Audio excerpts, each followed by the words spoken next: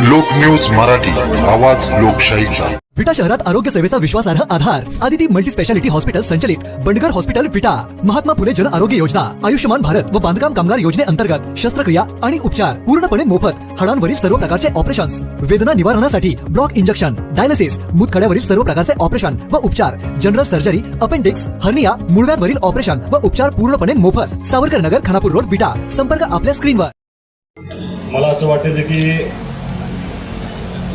यशस्वीतेचा सगळ्यात मोठा मूलमंत्र काय असतो, तर माणूस जेवढा जमिनीवरती असतो तेवढं त्याला यश मिळतं असं मानणारा मी कार्यकर्ता. आणि मला असं थोडासा एक भ्रम होता की सगळ्यात जमिनीवर असलेला कार्यकर्ता मी आहे. पण दादा, आज माझा भ्रम तुटला तुम्हाला बघितल्यानंतर. म्हणजे ज्यावेळेला जॅकी श्रॉफ साहेब या कार्यक्रमाला येणार हे निश्चित झालं, त्यावेळेला फारसं मनावरती दडपण नव्हतं. पण तुम्ही आज येणार आहे ती जेव्हा खात्री झाली तेव्हा प्रचंड मोठं दडपण माझ्या मनावरती आलं होतं की घरी आल्यानंतर काय करायचं आहे, जेवण कसं बनवायचं आहे, काय तुम्ही खाणार आहे, तुम्हाला लोक आलेली चालतील का, भेटलेली चालतील का. कारण आमच्या राजकीय नेत्यांचं वेगळं असतं, पण अभिनेत्यांचं थोडंसं वेगळं असतं. आणि दादा गाडीतून खाली उतरले आणि सोनिया त्यांना औक्षण करण्यासाठी गेली. सोन्यानं औक्षण केलं. सोन्या पाया पडल्यानंतर जगोदादा तिच्या पाया पडली. आणि आलेल्या प्रत्येक व्यक्तीबरोबर घरामध्ये प्रवेश केल्यानंतर पहिला प्रवेश कुठे केला तर स्वयंपाकघरात केला. आणि तिथं काम करणाऱ्या सगळ्या माता भगिनींना भेटले, पर्सनली भेटले, सगळ्यांच्यावर फोटो काढला, काय चाललंय काय नाही. मग कामगार असतील, ड्रायव्हर असतील, ह्या सगळ्यांशी भेटले. जेवढी लोक आली त्या सगळ्यांशी भेटले, सगळ्यांना वेळ दिला. आणि मला जो भ्रम होता की मी एकटाच जमिनीवर राहून काम करतोय, त्याच्यापेक्षा कैक पटीनं मोठी माणसं काम करतायत, तर तुम्हाला बघितल्यानंतर मला काय मी तुमचं समाधान आहे. जॅकी दादा, शेवटी मी राजकारण करतो. राजकारणामध्ये, समाजकारणामध्ये काम करत असताना आमचं कुटुंब गेली 40 वर्ष अगदी स्वच्छ भावनेनं कसल्या अपेक्षेशिवाय काम करायचा प्रयत्न करते. पण राजकारण आहे. राजकारण म्हटलं की यश, अपयश, चांगलं काम, वाईट काम, टीका टिप्पणी हे सतत चालू असतं. तो आमच्या राजकारणाचा भाग असतो. आणि आता तो थोडंसं पूर्वीचं राजकारण चांगल्या पातळीवरती असायचं. आता तर राजकारण थोडं खालच्या थरावरती गेले.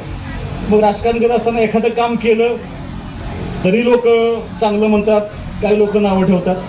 नाही केलं तरी समर्थन करणारे समर्थन करतात, जे विरोध असतात ते विरोध करतात. पण हे सगळं करत असताना म्हणजे आज सुद्धा माझ्यावरती अगदी खालच्या थरावरती टीका, अपप्रचार सतत चालू असतं. अगदी तुम्ही आज येणार आहे याचं सुद्धा पोटात दुखायला लागले काही लोकांना. म्हणजे जगोदादा येणार आहेत, झाडं लावणार आहेत, हा विषय बाजूला, पण ते निंदा नालस्ती, टीका टीका हे सगळं करत असताना कुठंतरी असं वाटतं की आपण चुकतोय का. मन असं कधी कधी असं वाटतं की कंटाळ येतो, सगळं त्रास होतो, शरीराला मानसिकतेला त्रास होतो. आणि मग समाधान कुठं मिळतं, ज्या वेळेला राजकारण समाजकारण करत असताना आपण एखाद्याला व्यक्तिगत मदत केली, एखाद्या कुटुंबाला अडचणीच्या काळात मदत केली की आनंद होतो. याच्यापेक्षा दुसरं समाधान कशात होतं, एखाद्या व्यक्तीला वैद्यकीय मदतीमध्ये एखादी मदत करू शकलो, एखाद्याचा जीव वाचवू शकलो तर खूप मोठं समाधान मिळतं. पण ह्या 1.5 वर्षामध्ये मला जर सगळ्यात जास्त समाधान दादा कशात मिळालं असेल तर हे सगळा कंटाळा घालवायचा असेल तर झाड लावलं की मला मात्र खूप मोठं समाधान मिळतं. आणि ते झाडं लावणं, जगवणं हे खूप मोठं काम आहे.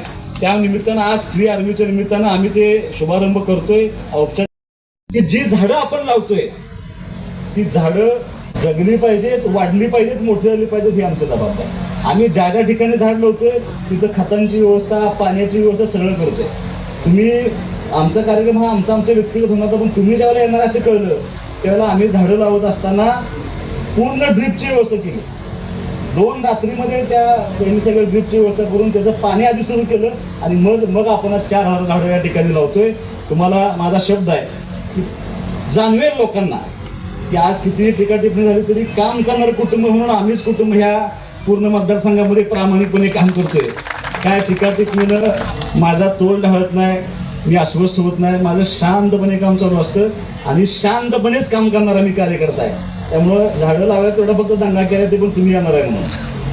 आता झाडं लावायचं माझा शांततेत कार्यक्रम चालू आहे. आज सगळ्या व्यासपीठाच्या मंडळींना, समोर बसलेल्या सगळ्यांना माहिती, आणि जे लोक ह्याच्यामध्ये इन्व्हॉल्व्ह होणार आहेत, मुळात हा कुठेही राजकीय कार्यक्रम नाही. तर मी ज्यावेळेला बोर्ड तयार केले त्यावेळेस माझं आणि सगळ्यांचं भांडण झालं की माझं नाव टाकूच नका. ट्री आर्मी सुहास बाबरची नाहीये, ट्री आर्मी कुठल्या पार्टीची नाहीये.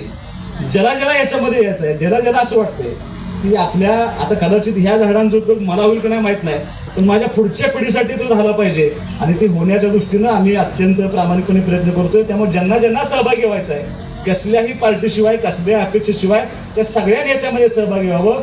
खूप मोठी मोहीम याच्या माध्यमातून व्हावी, आणि ह्या 78 झाडांच्या पुढे न थांबता आपण त्याच्याही पुढे जावं अशी विनंती मी तुम्हाला निमित्तानं करणार आहे. औपचारिक उद्घाटन आज ट्री आर्मीचं झाले. तुम्ही आल्यामुळे एक बळ मला मात्र मिळालं. काय आलं, मर्यादित क्षेत्रामध्ये आमचं काम चालू होतं, तुम्ही आला, आणि हे महाराष्ट्रभर, देशभर ही अभियान जाईल. आणि कारण तुमच्यासारखा स्वाभिमानी माणूस, दादा मी तुमची परवानगी घेऊन सांगतो, कारण एखादा अभिनेता किंवा एखादा हिरो हिरोईन आले तर त्याच्या पाठीमागं काहीतरी कमर्शियल व्ह्यू असतो, बरोबर ना. म्हणजे एखाद्याच्या कार्यक्रमाला लागणार म्हणजे कुणाला तरी द्यावं लागतं काहीतरी.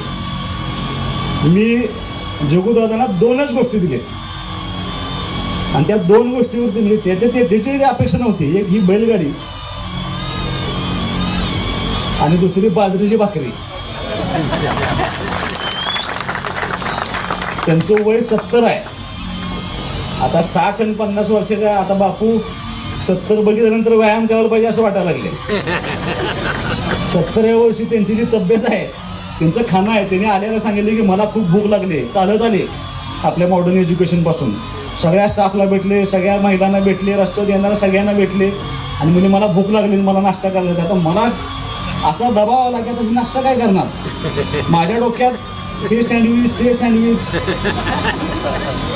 ते इटालियन काय त्रास असलं तर मला ते कोण करायचं म्हणलं. आणि मग त्यांनी असं सांगितलं, बाजरीची भाकरी, तूप आणि मीठ. हे आमचं लहानपण मला आठवलं. आणि दादाने अशी भाकरी घेतली, भरपूर तूप होतं त्याच्यावर, आणि सगळं असं मीठ टाकलं त्याच्यावरती, रोल केला, आणि त्यांनी ते नाश्ता केला. चेअरमन साहेब राहिलेलं तूप त्यांनी हाताला लावलं आणि तोंडावर लावलं. त्यांनी मला सांगितले की माझ्या पद्धतीचं रहस्य हेच आहे, नॉनव्हेज खात. त्यांनी आता पिठलं आणि भाकरी जेवणाला मला करायला सांगितले. एवढा साधा माणूस मी माझ्या आयुष्यात बघितलेला नाही. आणि मला असं वाटतं एका चांगल्या कार्यक्रमाला याच्यापेक्षा चांगला पाहुणा दुसरा मिळू शकला नसता. मी गगनभाई तुमचं मनापासून आभार मानेन की तुम्ही अत्यंत चांगली व्यक्ती माझ्या कार्यक्रमाला तुम्ही आणि सचिन काकाने